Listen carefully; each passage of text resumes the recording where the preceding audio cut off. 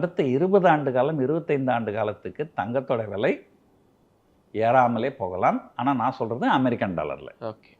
இந்திய ரூபாயோட மதிப்பு இறங்க இறங்க எஸ். அந்த ஃப்ளக்சுவேஷன்ல வேரியேஷன். அந்த வேரியேஷன் கண்டிப்பா இருக்கும். ஓகே. அண்ட் ஃபைனலாக சார், இப்போது இந்தியாவுக்கான சூழ்நிலை எப்படி இருக்கு? ஏன்னா சொன்ன மாதிரி கப்பல்கள்லாம் அங்கேருந்து வந்துருச்சு, நம்ம வந்து சஸ்டெயின் பண்ணுற அளவுக்கு இப்போ சூழ்நிலையெல்லாம் சுமூகமாக தான் இருக்குன்னு இந்திய அரசாங்கம் சொல்லிக்கிட்டு இருக்காங்க. அது எந்த அளவுக்கு இருக்குது, இது என்ன கண்டினியூ ஆகும் அப்படின்ற நிலைமையில் இது திரும்பவும் ஒரு சிவியரான ஸ்டேஜுக்கு போகுமா? இல்ல. ஈரான் பொறுத்தவரைக்கும் அவங்க வந்து நான் ஏற்கனவே சொன்ன மாதிரி அவங்க எல்லாரையுமே எதிர்த்துக்கிறதுக்கு துணிஞ்சிட்டாங்க. நடுவுல இந்தியாவுக்கு மட்டும் 2 கப்பல்களை அனுப்புனாங்க அப்படின்னு சொன்ன உடனே நிறைய பேர் ரொம்ப சந்தோஷப்பட்டாங்க. அப்புறம் தான் விஷயம் தெரிஞ்சது, ஈரானுடைய 3 கப்பல்கள் இந்தியாவுடைய கிட்ட மாட்டின்னு இருக்கு. அதுக்காக ஏதாவது அவங்க பேரம் பேசப்பட்டிருக்கலாம்.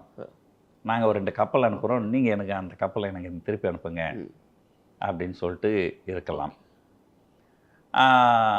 அதனால தான் வந்து அந்த 2 கப்பல், ஏன்னா இதுவரைக்கும் அந்த நீரிணை வழியாக ஈரானுடைய ஒப்புதலோடு ஒரே ஒரு கப்பல் கூட வரல. இந்தியாவுக்கு மட்டும் 2 கப்பல்கள் வந்திருக்கு.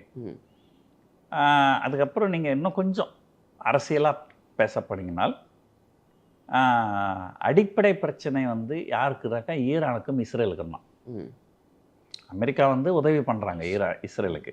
அடிப்படை பிரச்சனை வந்து ஈரானுக்கும் இஸ்ரேலுக்கும். ஈரானும் இஸ்ரேலும் ஒன்றோடு ஒன்று மிக மிக மிக எதிரிகள்.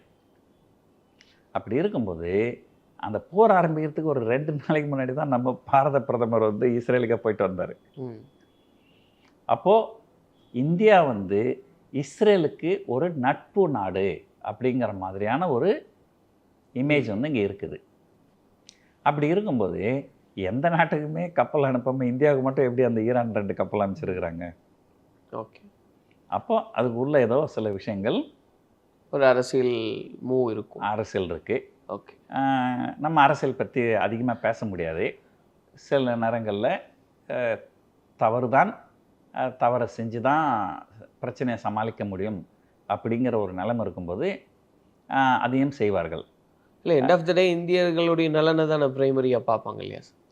அது கரெக்டு தான். பட் என்னென்னா அதில் ரிஸ்க் இருக்கு இல்லையா? இப்போ இப்போ இது எப்படின்னா, இப்போ நீங்கள் ஒரு அரசாங்க அலுவலகத்துக்கு போகிறீங்க, ஒரு காரியம் ஆகணும், என்ன பண்ணுவாங்க? லஞ்சம் கேட்பாங்க. நீங்கள் என்ன பண்ணுவீங்க?